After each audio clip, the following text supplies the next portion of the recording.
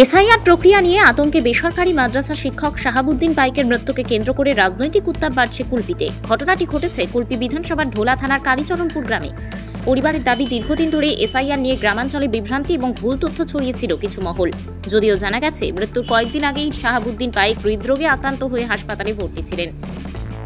মৃত শিক্ষকের বাবা আব্দুল মজিদ জানান, তাঁদের 2003 সালের ভোটার তালিকায় নাম রয়েছে। এমনকি মৃত শাহাবুদ্দিনের নিজের ভোটার কার্ডও ছিল। তবে তাঁর স্ত্রীর পরিচয়পত্র না থাকায় এলাকায় উদ্বেগ ও আতঙ্কের পরিবেশ তৈরি হয়েছিল বলে দাবি পরিবারের।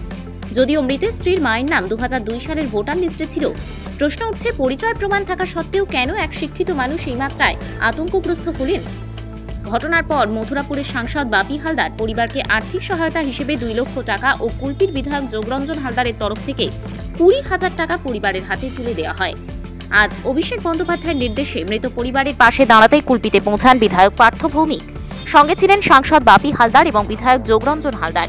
তারা আশ্বাস দেন, এসআইআর নিয়ে মানুষের আতঙ্ক দূর করতে ও কেন্দ্র সরকারের বিরুদ্ধে গণ আন্দোলন চলবে। Bureau report, DN news Bangla. আমাদের বিধায়ক যোগরঞ্জন হালদার, আমাদের প্রধান, আমরা পরিবারের সাথে দেখা করে গেলাম। এর আগেও প্রথম দিন থেকেই আমার সাংসদ বাপি হালদার, আমার বিধায়ক যোগরঞ্জন হালদার, তারা হাসপাতাল থেকে সমস্ত কিছুই পরিবারের পাশে থেকে সাহায্য করার চেষ্টা করেছিলেন, কিন্তু আমাদের দুর্ভাগ্য যে আমরা বাঁচাতে পারলাম না।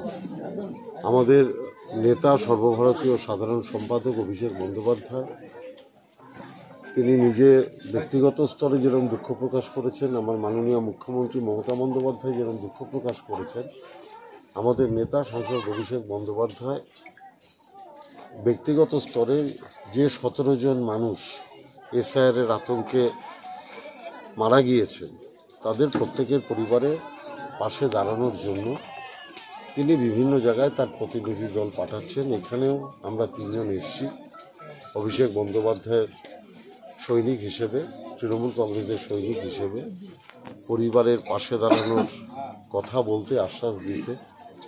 এবং আমরা বলছি যে ওনাদেরও বলেছি, পাশের আশেপাশের সমস্ত মানুষদেরই বলেছি, আপনারা আতঙ্কগ্রস্ত হবেন না।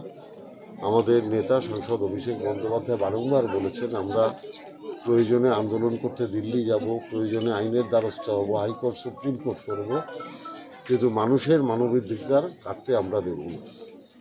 ভারতবর্ষের স্বরাষ্ট্রমন্ত্রী যেটা বলেছিলেন, ডিটেক্ট, ডিলিট অ্যান্ড তারপরে বাইরে বার করে দেন, মানে অর্থাৎ এনআরসির পদক্ষেপ নির্বাচন কমিশনকে দিয়ে করানোর প্রক্রিয়া শুরু করেছে। এসআইআরের মাধ্যমে সারা বাংলার মানুষকে ভয় দেখানো হচ্ছে, এবং শুধু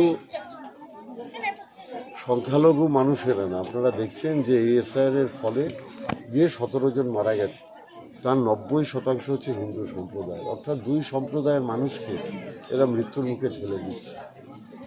এবং এই যে ভয়ের রাজনীতি, ভয়ের বাতাবরণ তৈরি করা হয়েছে, আমি নিশ্চিত বাংলার মানুষ এর বিরুদ্ধে সমবেতভাবে রুখে দাঁড়াবে। এবং ভারতীয় জনতা পার্টির কী দুরবস্থা হবে 2026-এর নির্বাচনে, সেটা ভারতীয় জনতা পার্টি অনুভব করতে পারে। মৃত ভোটারদের নাম তোলা হয়েছিল, এরকম বিএলওর বিরুদ্ধে এফআইআর করা হয়েছে, নির্বাচন কমিশন এফআইআর করেছে, কি বলবেন? না, সেটা তো নির্বাচন কমিশনের ব্যাপার, বিএলওর ব্যাপার, এটা প্রশাসনিক ব্যাপার। এখানে আমাদের তো বলার কিছু নেই। স্বাভাবিকভাবেই এটা বিএলওরা যারা আছে, নির্বাচন কমিশন, তারা দেখবে। এখানে তো আমাদের আলাদা করে দলীয় স্তরে কোনো বক্তব্য নেই। আমাদের একটাই বক্তব্য, কোনো বৈধ ভোটারের নাম আমরা বাদ দিতে দেবো না। বিএলওদের ডেকে নিয়ে এসে তাদেরকে বলা, হুমকি দেওয়া হয়েছে যে মৃত ভোটারদের নাম যেন বাদ না যায়। আমার মনে হয় না যে এই ধরনের কোনো ঘটনা ঘটতে পারে। বিরোধীরা অভিযোগ করছে মৃত মানুষদের নিয়ে রাজনীতি করছে তৃণমূল, সে এসআইআর জন্য মারা যাচ্ছে, এসব বলছে ভুল। তাই এখানের মানুষদের জিজ্ঞেস করুন না যে এই যে ভদ্রলোক মারা গেলেন, উনি কোন আতঙ্কে মারা গেলেন। এলাকার মানুষকে জিজ্ঞেস করুন, এলাকার মানুষ তো আসল কথা বলবে। আমি রাজনৈতিক দলের লোক, বাপি হালদার রাজনৈতিক দলের লোক, যোগরঞ্জন হালদার রাজনৈতিক দলের লোক, তারা মিথ্যা কথা বলতে পারেন। এলাকার মানুষ কি বলছে শুনুন, তার পরিবারের লোক কি বলছে শুনুন। তাহলেই আপনারা আসল সত্য জানতে পারবেন।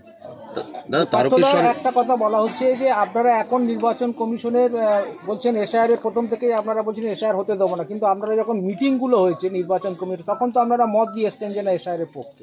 কখনোই না, এটা শুভেন্দু অধিকারীর কথা বলছেন আপনি শুভেন্দু অধিকারীর কথা মুখপাত্র হিসাবে কথা বলছেন। না, এটা আমরা কখনো এটা বলিনি। আমরা সমস্ত মিটিংয়ে এসআইআর এর বিরোধিতা করেছি। প্রত্যেকটা মিটিংয়ে আমরা এসআইআর এর বিরোধিতা করেছি। মিনিটসগুলো দেখে নিন নির্বাচন কমিশনের। এবার ভোট চুরি নিয়ে নিশানা করলেন রাহুল গান্ধী। তিনি বলছেন গণতন্ত্র ও আম্বেদকরের সংবিধানের ওপর এটা আক্রমণ, এবং আমাদের কাছে তথ্য আছে মধ্যপ্রদেশ, ছত্তিশগড় ও মহারাষ্ট্রে ভোট চুরি হয়েছে। এটি দেশ ভারত মাতার পক্ষে ক্ষতিকারক।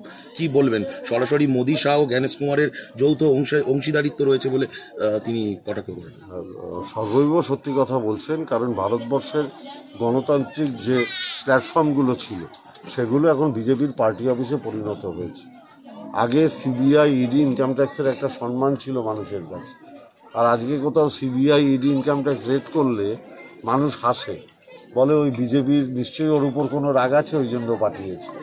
ঠিক তেমনিভাবে আরেকটা স্বয়ংশাসিত সংস্থা যার একটা মূল্য ছিল, যাকে টিএন সেশনের পরে মানুষ সম্মান করত, সেই নির্বাচন কমিশন এবং কমিশনার তারাও এখন বিজেপির দলদাসে পরিণত হয়েছে।